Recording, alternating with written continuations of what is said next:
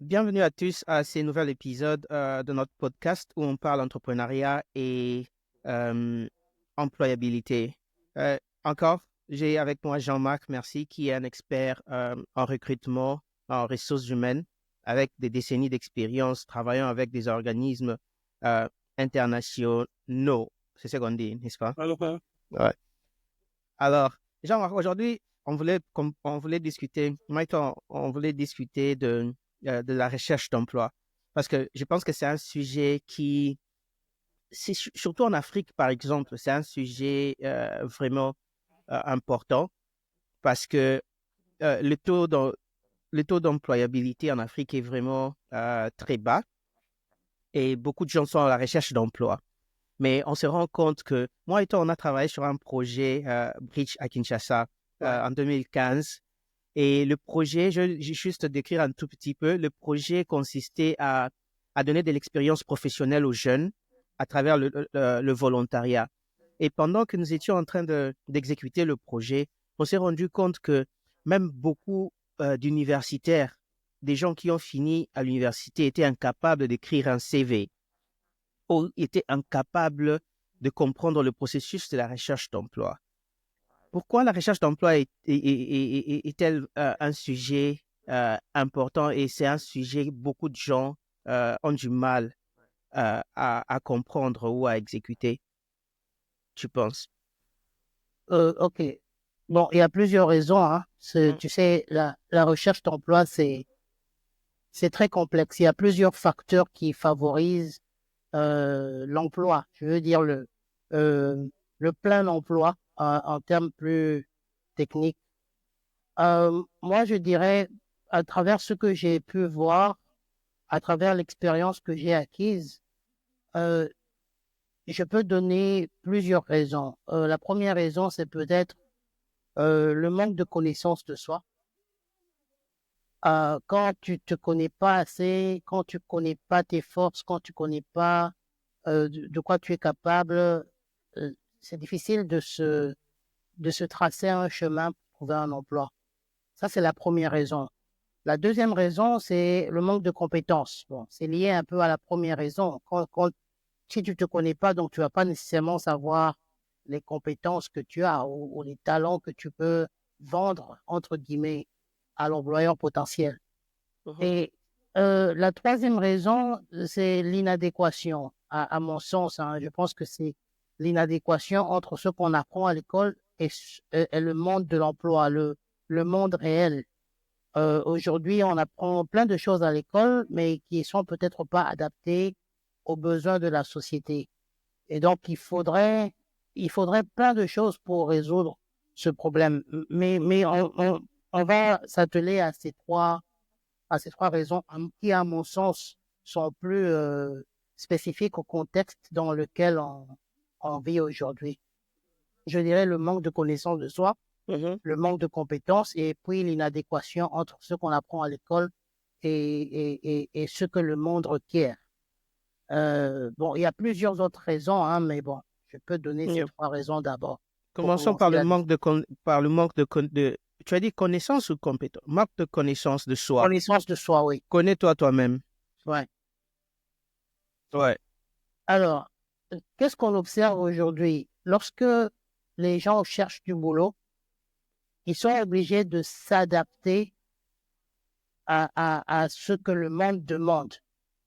Ils prennent pas assez de temps, en tout cas, d'après ce que j'ai observé, ils prennent pas assez de temps de se poser la question, euh, qu'est-ce que je peux offrir au monde?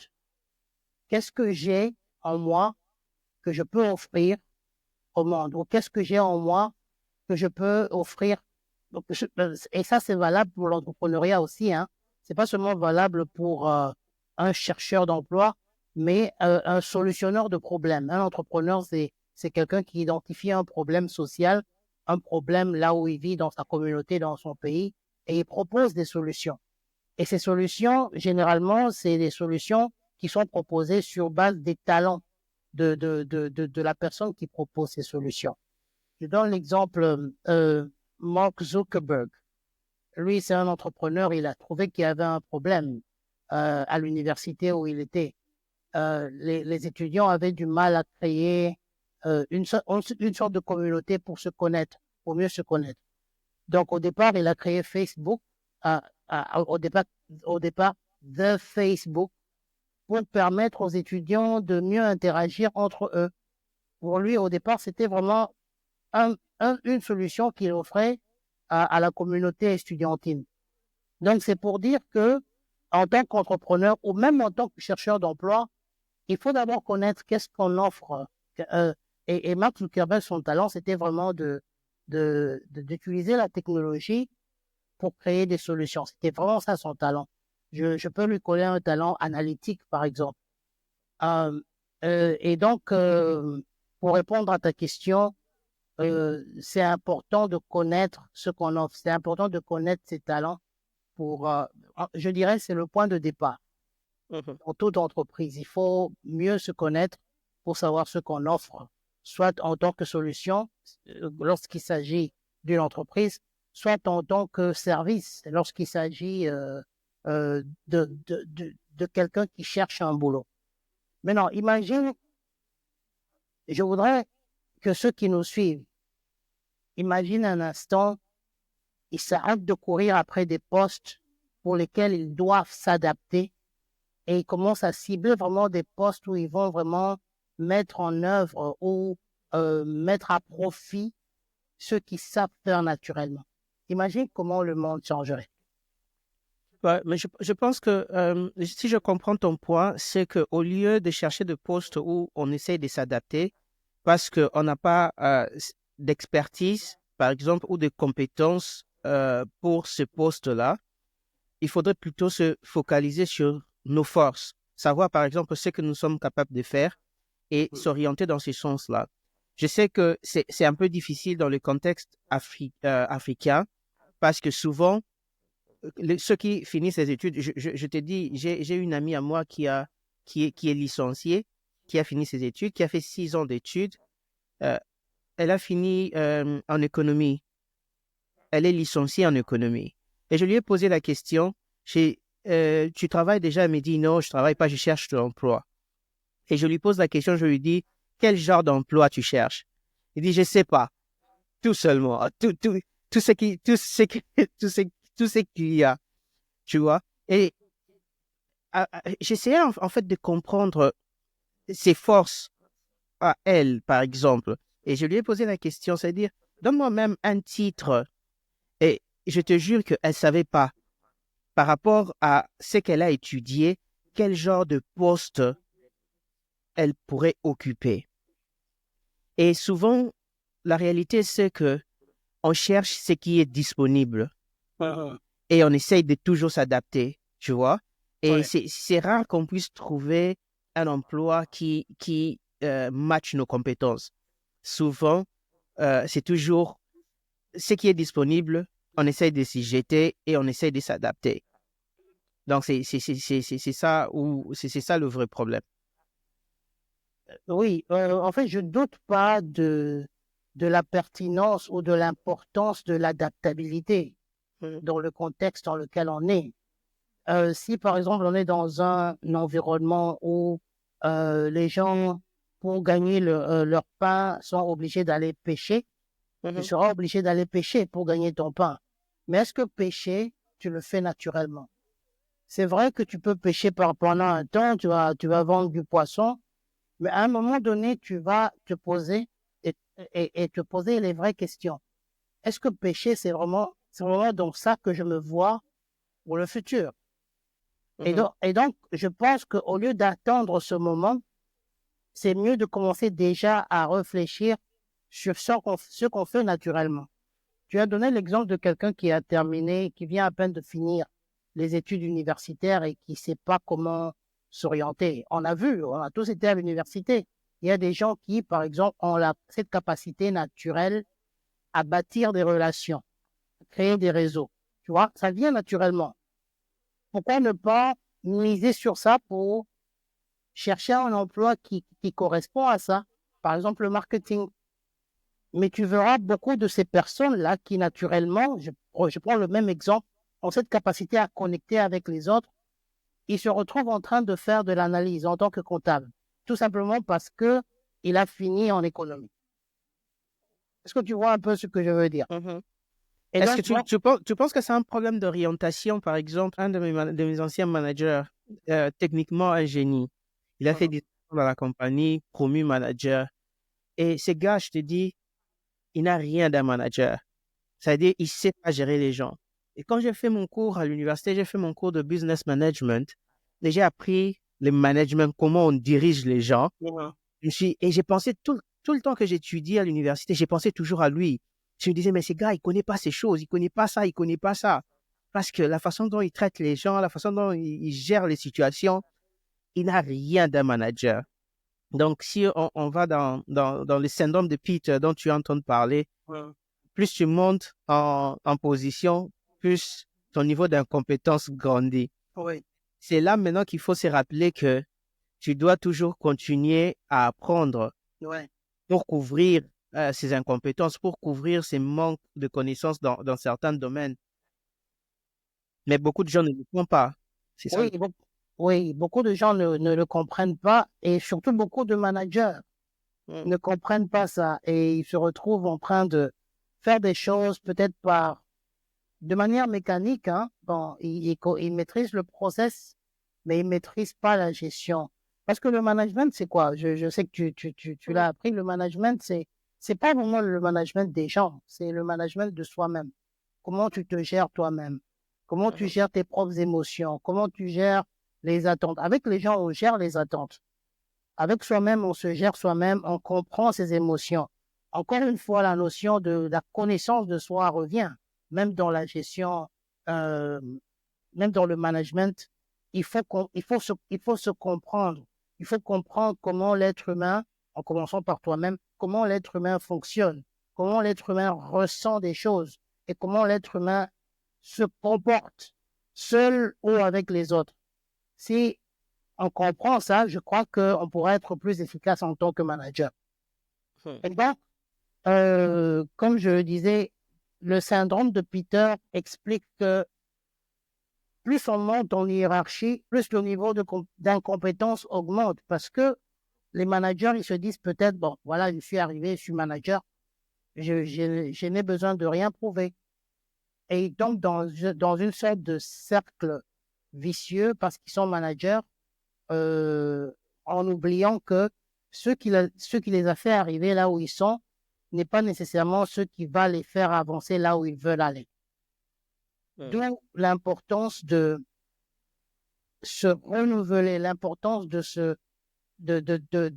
d'apprendre, de désapprendre et réapprendre. C'est vraiment très important. Mhm. Et donc, Je mon pense. deuxième point, c'était la compétence. Mhm. Et bon, le syndrome de Peter ne s'applique pas nécessairement à ceux qui sont en début de carrière, mais on voit quand même qu'il y a une crise de compétences pour ceux qui recherchent un boulot ou qui cherchent même à créer une entreprise. Tu vois, pour créer une entreprise, il y a plein de choses qu'il faut comprendre. Il y a la comptabilité. Mais quand tu observes, par exemple, 10 ans en arrière, imagine 10 ans en arrière, à Kinshasa, dans un milieu très spécifique, 2014, Mhm. regarde l'écosystème de start-up à Kinshasa. Mhm. Combien parmi les start-upers maîtrisaient la comptabilité? Non, moi-même à l'époque, j'ai travaillé avec une amie à moi qui était encore à l'université et qui Hmm. était notre comptable parce qu'il comprenait ces domaines-là. Ouais, Et je comprenais pas. C'est ça, en fait, quand on est entrepreneur, on doit être en mesure de savoir avec qui travailler. C'est-à-dire que mhm, quand tu n'es pas fort dans ces domaines, ouais, qui peut te combler, qui peut t'aider dans ce domaine-là? Parce que c'est ça aussi la gestion des autres, la gestion de soi-même, c'est ça. savoir. Là, on revient encore au problème de la connaissance de soi. Parce Mhm, que quand tu sais que je ne suis pas fort dans ces domaines, et si c'est possible que je puisse travailler avec quelqu'un d'autre qui comble les lacunes que j'ai dans ce domaine, il faut chercher à travailler avec quelqu'un d'autre. Et si ce c'est n'est pas ça. possible de travailler avec quelqu'un d'autre, il faut upskill. Il faut que tu puisses apprendre ces compétences-là toi-même. Et je me demande, on vit dans le monde d'information aujourd'hui. L'information, elle est disponible. Mais je vois, même avec certains amis, tu te rends compte que ils ont fini l'université, basta, c'est fini. On commence à chercher du travail. Et ils vont perdre 1 année, 2 ans, 3 ans en train de chercher du travail. Et dans ces 1 année, 2 ans, 3 ans, le monde a changé. Il y a de nouvelles techniques, il y a de nouvelles façons de faire de choses, mais ils apprennent plus parce que pour eux, c'est simplement l'université. Et ils ne se rendent pas compte que on peut toujours agrandir nos compétences et apprendre tout le jour parce que l'information, elle est disponible. Et on va toujours finir par revenir au point numéro 1 qui est de la connaissance de soi. Parce que tu dois être en mesure de savoir quelles sont tes lacunes, quelles sont tes forces, quelles sont tes faiblesses et qu'est-ce que tu fais pour résoudre ces problèmes-là. Absolument, absolument. Je voudrais juste rebondir sur un point que tu viens de soulever, c'est le point de l'information. Il y a beaucoup d'informations. En même temps, je dirais, les gens deviennent distraits. Et donc, l'attention est sous attaque.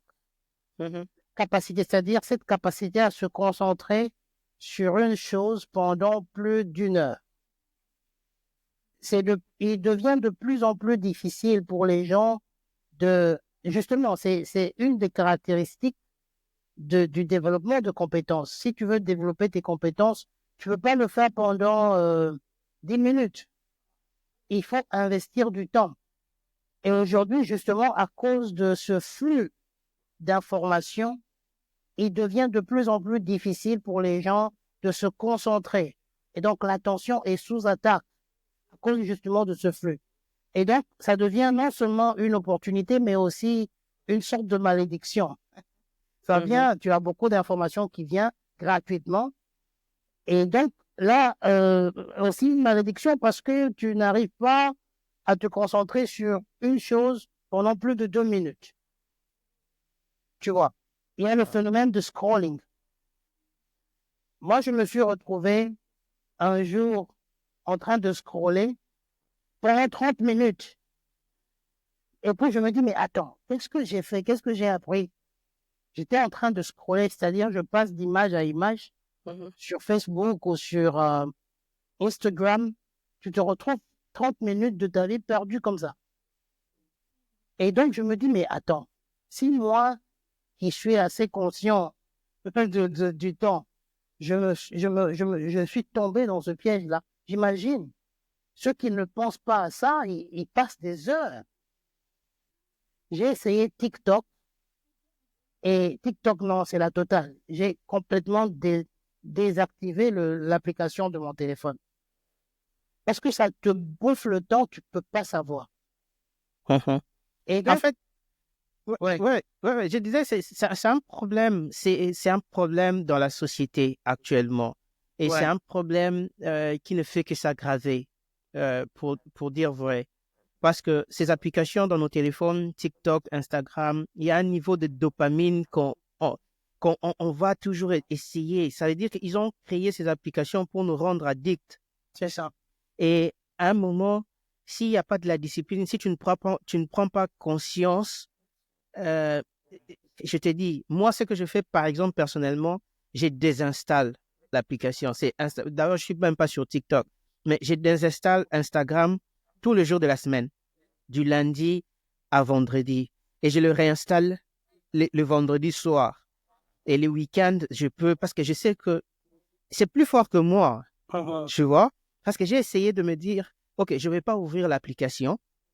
Je ne vais pas ouvrir l'application, mais ça reste sur mon téléphone. Je vais voir combien, je vais voir si je suis fort.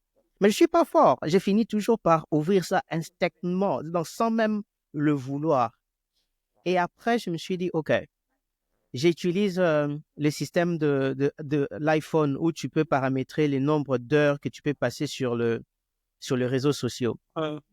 Et j'ai mis ça d'abord, j'avais commencé à 2 heures. Et chaque jour, j'ai passé les 2 heures. Et si tu passes les 2 heures, le téléphone te demande un mot de passe pour ouvrir l'accès aux réseaux sociaux. Et j'avais toujours l'habitude de donner le mot de passe et je continuais. J'ai dépassé les 2 heures. Et j'ai baissé les 2 heures à 1 heure. Et tout le jour, j'atteins ces 1 heure. Et tu te dis maintenant, si les 1 heure ou les 2 heures, chaque jour que je passe sur le téléphone, je les mettais à apprendre une compétence, à apprendre quelque chose, évidemment, j'avancerai quelque part. Bien Mais je sûr. ne peux pas. Et c'est plus fort que moi. Alors, j'ai carrément décidé, je supprime l'application. Et à chaque fois, donc par instant, je vais prendre mon téléphone pour essayer de lancer l'application. Il n'est pas sur mon téléphone. L'application n'est pas sur mon téléphone. Et c'est la seule façon que je trouvais de gérer cette situation parce que on n'en peut pas. C'est plus fort que nous. Ouais. En fait, je dirais que c'est pas plus fort que nous. Parce que tu vois, justement, tu as parlé de dopamine. Mhm. Tu sais comment la dopamine est activée? Mhm. La Mhm. dopamine est activée dans la partie émotive du cerveau. Parce que le cerveau a deux parties importantes. Mhm. Il y a la partie émotive qui est un peu du côté du système limbique, derrière là. Et puis, il y a la partie exécutive, c'est-à-dire la partie qui est devant, constituée par le cortex préfrontal. Mhm. C'est cette partie-là qu'il faut qu'on arrive à activer de manière intentionnelle. C'est pas plus fort que nous parce que je dirais que c'est sous notre contrôle. Tout se Mhm. passe dans le cerveau. Il y a des stimuli externes qui réveillent soit la partie exécutive, soit la partie émotive du cerveau. C'est à nous maintenant de choisir. Et le simple fait de prendre conscience qu'il y a ces deux parties qui entrent en jeu, c'est déjà Mhm. un pas. Ouais, mais dans le cas, tu vois, un addict de la drogue, par exemple, tu as besoin d'aller au rehab, right? Tu as besoin d'aller à la réhabilitation, c'est-à-dire on t'enferme quelque part pendant 30 jours, pendant, je sais pas moi, 60 jours où tu n'as pas accès à la drogue Ouais. pour que tu puisses perdre cette envie-là. Maintenant, on est addicted à nos téléphones. Ça veut dire que c'est comme tu as dit, c'est pas plus fort que nous parce que si j'arrive à supprimer l'application, ça veut dire que c'est pas plus fort que moi. C'est ça. Et donc, ça veut dire que je dois me mettre dans des circonstances, dans des conditions qui m'avantagent moi. Parce que je sais que si j'ai l'application sur mon téléphone, je vais trouver une excuse pour l'ouvrir.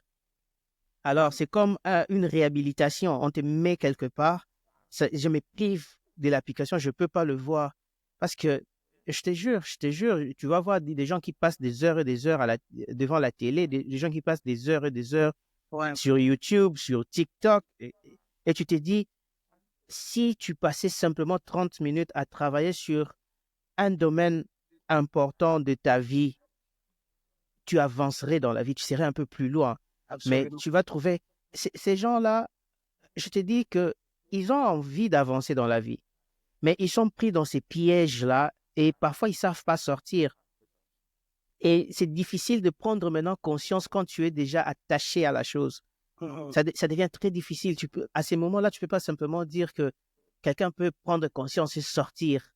Et à un certain niveau, les gens ont besoin d'aide.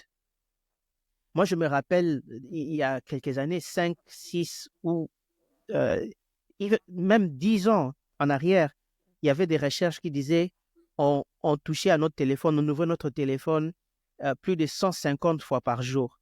Ouais. Ça, c'était 10 ans. Mais aujourd'hui, ces nombres, c'est fois 3, fois 4. C'est plus de 300 fois, plus de 400 fois que on touche notre téléphone, on ouvre Ouais. notre téléphone pour voir quelque chose. C'est-à-dire, à un certain moment, c'est quelque chose qui est devenu euh, une deuxième nature. On ne le contrôle pas. On ne le contrôle souvent pas. Moi, je me dis, OK, je ne vais pas ouvrir mon Instagram. Mais à un moment, je vais me retrouver. Je suis déjà sur Instagram. Mhm. Comment je suis arrivé? Tu vois? Ouais. Et à un certain moment, tu te rends compte que tu ne peux pas simplement dire que, OK, le pouvoir de la volonté va m'aider à sortir de cette addiction. Il faudrait prendre des mesures draconiennes parfois. Ouais. Ouais. C'est dire, OK, à un certain moment, OK, je supprime l'application Ouais. ou bien je laisse mon téléphone. Et je te dis même, à une époque, ce que je fais, je suis allé voir un ami, je lui ai donné mon téléphone, je lui ai dit, mets un code sur mon téléphone et même si je te demande ce code, ne me le donne jamais, ne me le donne pas. simplement parce que quand je dépassais la limite de 1 heure sur les réseaux sociaux, parce que mon téléphone me demande un code pour passer et continuer sur les réseaux sociaux. Et j'avais pas le code. C'est mon ami qui avait le code. Et il avait instruction de ne jamais me donner ce code. Même si je le menaçais de mort. Il n'allait jamais me donner ce code-là. Tu vois. Et c'est comme ça que j'ai tenu pendant 1 mois. Et après, j'ai dit, s'il te plaît, donne-moi le code. Donne-moi le code parce que je ne peux pas. Et c'est difficile. C'est difficile. C'est un problème. C'est un problème réel. Ouais. Oui, tu as raison. Je crois qu'on nous a mis dans une sorte de conditionnement. C'est un peu comme le chien de Pavlov. Tu connais l'histoire du chien de Pavlov. Ouais. On lui lance quelque chose. Quand il y a un stimulus externe, il salive. Et donc, il y ait stimulus externe ou pas, salive. Ça devient comme une deuxième nature. Quand on se réveille le matin, le premier réflexe, où est le téléphone? On n'a plus le réflexe de dire, OK, je prends 1 minute pour méditer ou je prends 1 minute pour juste rester dans le calme et penser à ma vie, rester aligné à mes valeurs. Il est de plus en plus difficile de prendre des décisions intentionnelles, réfléchies sur la vie parce qu'on nous a mis dans un conditionnement. Et je crois que pour en sortir, il faut déjà prendre conscience de ça. Et puis se poser la question, mais qu'est-ce que ça ajoute à ma vie? Parce que de plus en plus, la vie, elle devient courte. Hein?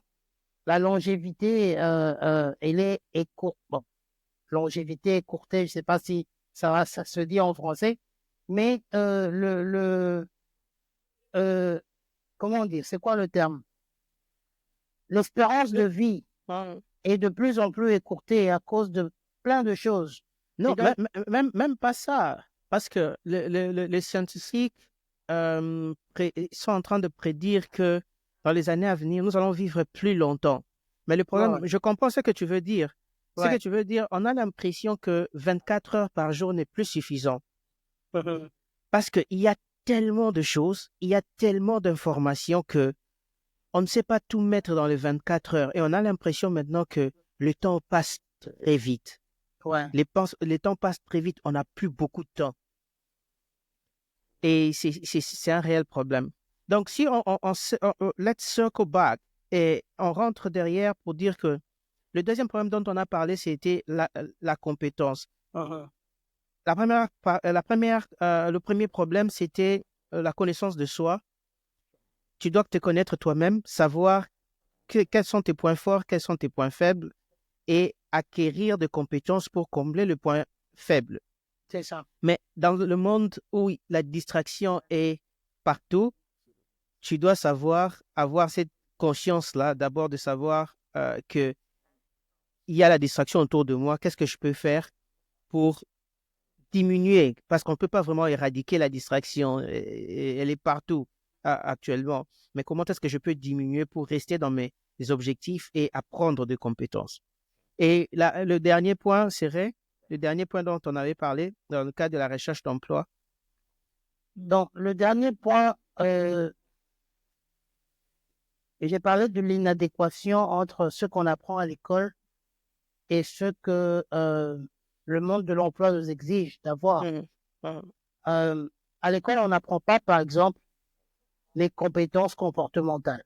On n'apprend pas ça à l'école. À l'école, on nous apprend des choses théoriques. Qui a découvert l'embouchure du fleuve Congo? C'est quel philosophe qui a dit connais-toi toi-même? Qui a dit être ou ne pas être? On vous apprend des choses comme ça. On vous apprend la tangente, mais moi, bon, c'est vrai, les mathématiques, c'est important. mais est-ce que c'est utile? C'est vrai que c'est important, mais pas nécessairement utile dans la vie de tous les jours. Moi, je ne me vois pas, ça fait 20 ans que je travaille, plus de 20 ans que je travaille. Je ne vois pas peut-être dans le calcul, quand je dois planifier, faire un budget, c'est vrai qu'il faut une base mathématique. Mais est-ce que tous les théorèmes qu'on a appris à l'école nous servent aujourd'hui?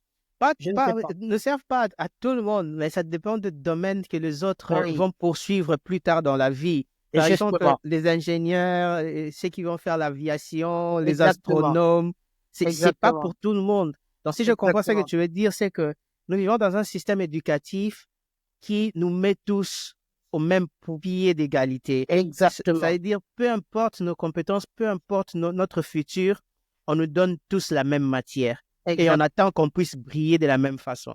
C'est ça. Et donc, cette inadéquation-là, que j'aime bien comparer au fait d'apprendre à un poisson comment grimper sur un arbre et apprendre à un singe comment nager, Mhm. je trouve que c'est pas pertinent, en fait, d'appliquer ce système éducatif. Moi, je dirais qu'il faudrait, bon, ça prendra peut-être des années, mais c'est une idée qui me vient comme ça. Il faudrait peut-être, est-ce que je suis même bien placé pour proposer des solutions?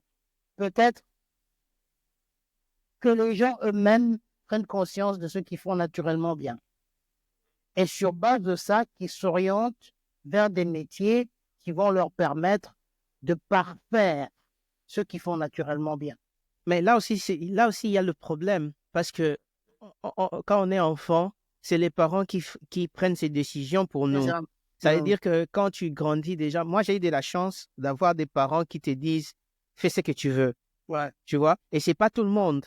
Il y a certains enfants, ça veut dire que leur avenir est déjà tracé. Il sera docteur parce que son père est déjà docteur. Il sera avocat. Il sera ceci, il sera cela. Ça veut dire qu'il y a déjà une route qui est tracée pour eux. Et ça veut dire que ça ne leur laisse pas le temps d'aller découvrir d'autres choses. Ça ne leur laisse pas le temps d'explorer, par exemple, leur propre passion parce qu'ils ont une passion qui est déjà tracée. C'est comme j'ai beaucoup d'amis indiens et quand je parle avec eux, tu sens qu'il y a cette pression familiale que Ouais. ils doivent suivre un domaine, soit devenir ingénieur, soit devenir docteur. Ça veut dire que c'est rare. C'est maintenant que je rencontre, j'ai deux amis indiens qui sont en train d'étudier l'art à l'université en Angleterre. Je me dis, waouh, ça c'est intéressant de voir ça. Tu vois, parce qu'il y a cette pression-là, même en Afrique, il y a cette pression-là, il y a cet avenir qui est déjà tracé pour toi. Et l'école ne facilite pas la tâche Ouais. aussi. Parce que déjà, à la maison, on ne te facilite pas la tâche, l'école ne facilite pas la tâche. Et ça demande beaucoup d'énergie, ça demande beaucoup pour que quelqu'un puisse sortir de ces cercles et puisse décider de soi-même. Ouais. C'est vrai. Et donc, les parents ont une grande responsabilité, j'imagine. Mhm. Ils ont une grande responsabilité dans l'orientation de leurs enfants. Moi, j'ai appris des histoires des parents qui, en voyant leurs enfants, par exemple, s'orienter vers le sport, ils les découragent. Ils disent, mais le sport, là, où est-ce que tu vas aller avec ça? Pourtant, quand tu regardes le petit, c'est un as dans le sport. On Mhm. voit le potentiel et on- c'est vraiment, on peut tabler sur ça pour l'aider à émerger. Mais les parents, bon, c'est peut-être un état d'esprit qu'il faudrait interroger pour qu'ils se remettent en question. Parce qu'ils sont dans des schémas où ils se disent, par exemple, pour réussir dans la vie, il faut être docteur ou il faut être avocat ou travailler dans un bureau. Aujourd'hui, le monde, même le concept de travail est en train De de changer. changer. Moi, je pense que les parents, c'est pas vraiment le problème. J'ai, ce que je veux dire, c'est que peut-être notre génération, des générations futures, les choses vont un peu changer Ouais, parce que nous sommes en train de voir le monde différemment. Nos parents, c'est tout ce qu'ils ont vu, c'est tout ce qu'ils ont expérimenté dans leur c'est ça. vie. C'est que ceux qui réussissaient à leur époque étaient médecins, étaient Mhm. docteurs, étaient ceci, étaient cela. C'est-à-dire que tu ne peux parler que de ce que tu as comme expérience. C'est ça. Et nous, aujourd'hui, par exemple, nous voyons des footballeurs réussir, nous voyons des gens sur YouTube réussir, nous voyons des gens créer ceci, créer cela, réussir. Ça veut dire que je pense que notre génération sera un peu plus ouverte à laisser les enfants suivre leur propre chemin, je pense. Ouais, je crois aussi, hein. Je crois aussi.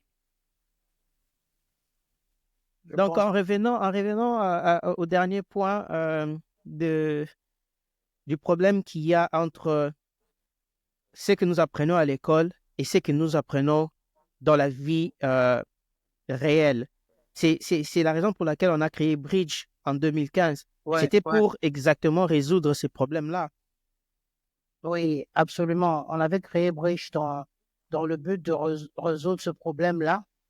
Plus spécifiquement, le problème de développement des compétences comportementales qu'on n'apprend pas à l'école. Mhm. Et donc, on a créé Bridge pour aider les jeunes qui viennent de finir, qui venaient de finir à l'époque les études universitaires, acquérir ces compétences-là qui sont très importantes et réussir. Parce que c'est vrai que tu as appris des choses, mais il faut savoir travailler en équipe, par exemple. Il faut travailler, écrire un projet. Il faut savoir s'adapter. Il faut savoir comprendre les autres. Il faut savoir comprendre les problèmes sociaux. On a parlé de l'entrepreneuriat social. Donc, il faut savoir s'intéresser à ce qui se passe dans la société pour apporter des solutions. Il faut ouvrir l'esprit, sortir un peu de ce cadre de référence qu'on trouvait un peu fermé à l'époque. Mhm. Tu viens de l'UNIKIN, tu as étudié l'économie, et donc la suite logique, c'était d'aller travailler comme, comment dire, agent de l'État. Mhm. C'était la suite logique. Mais l'idée à l'époque, c'était vraiment d'aider les jeunes à ouvrir un peu l'esprit, à faire du volontariat, justement, pour Ouais. comprendre ce qui se passe, pour résoudre les problèmes qu'ils voient tous les jours et peut-être être inspiré à créer une entreprise. Par exemple, si tu fais du volontariat dans un domaine où il faut, par exemple, gérer les déchets, ça peut te donner une idée pour dire, ah, mais tiens, je peux créer une entreprise qui va gérer tous les déchets de la ville de Kinshasa. J'apporte une solution et en même temps, je me fais de l'argent. Donc, c'était un peu ça, un peu pour compléter ce que tu viens de dire. On a essayé et je crois que on a fait notre bonhomme du chemin qui a eu quand même un impact à- pas, pas, pas négligeable. Hein. Non, mais c'est pas négligeable parce que une année ou 2 ans après, la Banque africaine de développement est venue avec Ouais. le même projet et a financé à hauteur de 10 millions de dollars le même projet avec le gouvernement. Je ne sais même pas qu'est-ce qui s'est passé avec ces Ouais. projets-là. Mais qu'est-ce qu'on a remarqué? Qu'est-ce qu'on a remarqué avec l'expérience de Bridge? Qu'est-ce qu'on a remarqué du système éducatif euh, en Afrique, par exemple, en général? Bon, je peux pas parler de l'Afrique en général, hein, parce qu'Hum, hum, à l'époque, on était dans un contexte précis. C'était mhm, en RDC, plus mhm, spécifiquement à Kinshasa. mhm, Ce que moi j'ai remarqué, il y avait beaucoup de lacunes. Il y a des choses qu'on n'apprend pas à l'école. L'esprit d'équipe, par exemple, on l'apprend pas à l'école. C'est chacun pour soi. Le système éducatif est fait de telle sorte que tu peux pas travailler en équipe parce que tu es supposé travailler tout seul. mhm. Si tu travailles en équipe, c'est pris comme de C'est la la tricherie. tricherie. Tu vois, tu peux pas collaborer, tu peux pas poser des questions. C'est là que moi je me dis, il y a des choses qu'il faut changer dans le système éducatif. On est appelé à travailler en synergie. On est appelé à créer des chocs d'idées. On est appelé à apprendre les uns des autres pour trouver des solutions. On n'est pas des cavaliers solitaires. Mhm. Et moi, ce que j'ai remarqué, c'est exactement ça. Notre système éducatif au Congo ne promeut pas la synergie. Je ne sais pas maintenant, peut-être que ça a changé, mais en tout cas, à l'université, on a vu quand même des situations où les gens travaillaient en synergie, mais c'est pas quelque chose qui est encouragé par le système éducatif. Et donc, je Mhm. pense que, bon, c'est juste une idée, hein. Ça pourrait apporter un changement pas négligeable si on travaillait plus en équipe. Parce que tu vois, euh, et ça se reflète même dans la manière de travailler du gouvernement. Il y a Mhm. toujours un premier de la classe qui veut se distinguer. Il y a toujours un ministre qui veut faire les choses différemment des autres. Et quand il veut le faire différemment des autres, les autres le combattent. En fait, c'est un peu la réplication de ce qui se passait à l'école. Les premiers de la classe ne sont pas toujours bien vus. Ouais, exactement. Parce que bon, les gens se posent la question, mais ils se prennent pour qui? Et on voit ça dans les gouvernements. Quelqu'un qui essaie de se démarquer, il n'est pas nécessairement bien vu. Mais il faudrait vraiment créer cette synergie. Et ça, c'est un conseil. Hein. S'il y a des membres du gouvernement congolais qui nous suivent, créez des synergies entre vous. N'avancez pas en cavalier solitaire. Créez des synergies. Partagez les idées si vous ne le faites pas. J'imagine que vous le faites, mais en tout cas, si vous le faites, c'est bien, continuez. Mais bon, je ne vais pas citer de nom, hein, mais j'espère. Tu vas te retrouver en prison. Ça... Oui, j'espère que le message est passé. Ouais, on tend à la fin de cet épisode. Je voudrais qu'on puisse parler de l'étape pratique pour améliorer l'employabilité. Pour ceux qui nous suivent, par exemple, qui veulent améliorer leur employabilité, quelles sont les étapes à suivre? Qu'est-ce qu'ils peuvent se concentrer? Qu'est-ce qui peut être l'objet de leur focus? OK. Moi, je dirais 3 choses. La première chose que je vous recommande, comme vous pouvez l'imaginer, je suis coach certifié. Même si vous ne travaillez pas directement avec moi, travaillez avec les coachs qui vont vous aider à identifier et découvrir vos talents naturels. Et ça se passe par des tests. Vous faites un test, vous répondez à un certain nombre de questions et à l'issue de ce questionnaire-là, vous recevez un rapport personnalisé à qui vous êtes.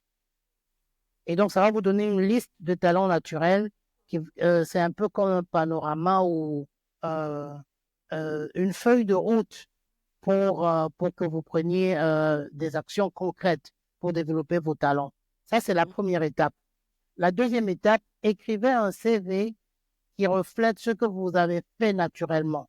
Au lieu de décrire tout simplement votre parcours professionnel, faites un CV sur base de ce rapport personnalisé. Réfléchissez sur des choses que vous avez faites dans le passé et que vous pouvez mettre en valeur auprès d'un employeur potentiel ou auprès d'une start-up si vous faites partie d'une équipe de start-up. Par exemple, si je donne l'exemple de quelqu'un qui, à l'université, a le contact facile.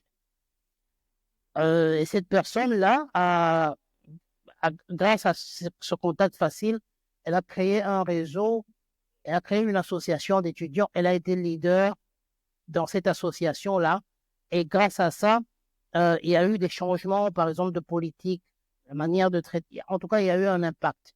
Utilisez ça, puisque vous avez fait ça naturellement, utilisez ça et mettez ça en avant dans votre CV. Ça montre vraiment qui vous êtes. C'est la manière, je dirais, la plus authentique pour vous présenter à un employeur potentiel. Et la troisième chose, n'arrêtez pas d'apprendre. N'arrêtez pas d'apprendre parce que si vous arrêtez d'apprendre, c'est un peu comme atrophier les muscles.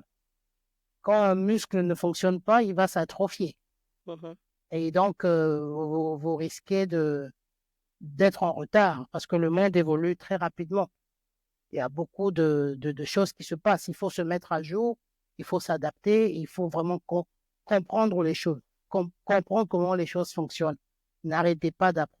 Donc voilà, ce sont les 3 choses-là que je donnerai de manière vraiment pratique. Commencez par les 3 étapes et le reste, vous verrez. Merci Jean-Marc. Je pense que c'est la fin de l'épisode. Merci à tous. Bye. Bye.